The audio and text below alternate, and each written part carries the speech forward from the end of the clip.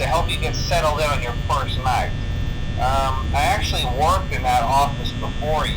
I'm finishing up my last week now, as a matter of fact, so I know it can be a bit overwhelming, but I'm here to tell you there's nothing to worry about.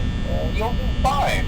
So let's just focus on getting you through your first week, okay? Let's see. First, there's an introductory greeting from the company that I'm supposed to read. It's kind of a legal thing, you know. Welcome to Freddy Fazbear's Pizza, a magical place for kids and grown-ups alike, where fantasy and fun come to life. Fazbear Entertainment is not responsible for damage to property or person. Upon discovering that damage or death has occurred, a missing person report will be filed within 90 days or as soon as property and premises have been thoroughly cleaned and bleached and the carpets have been replaced. Blah, blah, blah. Now, that might sound bad, I know, but there's really nothing to worry about. The animatronic characters here do get a bit quirky at night, but do I blame them? No. If I were forced to sing those same stupid songs for 20 years and I never got about, I'd probably be a bit irritable at night too. So remember, these characters hold a special place in the hearts of children and we need to show them a little respect, right? Okay. So just be aware, the characters do tend to wander a bit. They're left in some kind of free roaming mode at night. Something about their servos locking up if they get turned off for too long.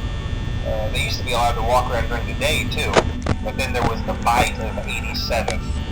Yeah, it's amazing that the human body can live without the frontal lobe, you know?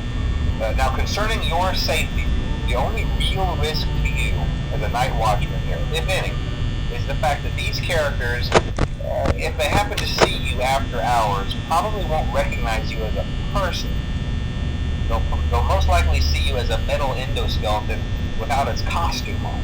Now, since that's against the rules here at Freddy Fazbear's Pizza, they'll probably try to forcefully stuff you inside a Freddy Fazbear suit. Now, that wouldn't be so bad if the suits themselves weren't filled with cross beams, wired, and animatronic devices, especially around the facial area. So you can imagine how having your head forcefully pressed inside one of those could cause a bit of discomfort and death. The only parts of you that would likely see the light of day again would be your eyeballs and teeth that pop out the front of the mask. Yeah, they don't tell you these things when you sign up. But hey, first station of the breeze. I'll chat with you tomorrow. Check those cameras and remember to close the doors only if absolutely necessary. Gotta conserve power. Alright, good night.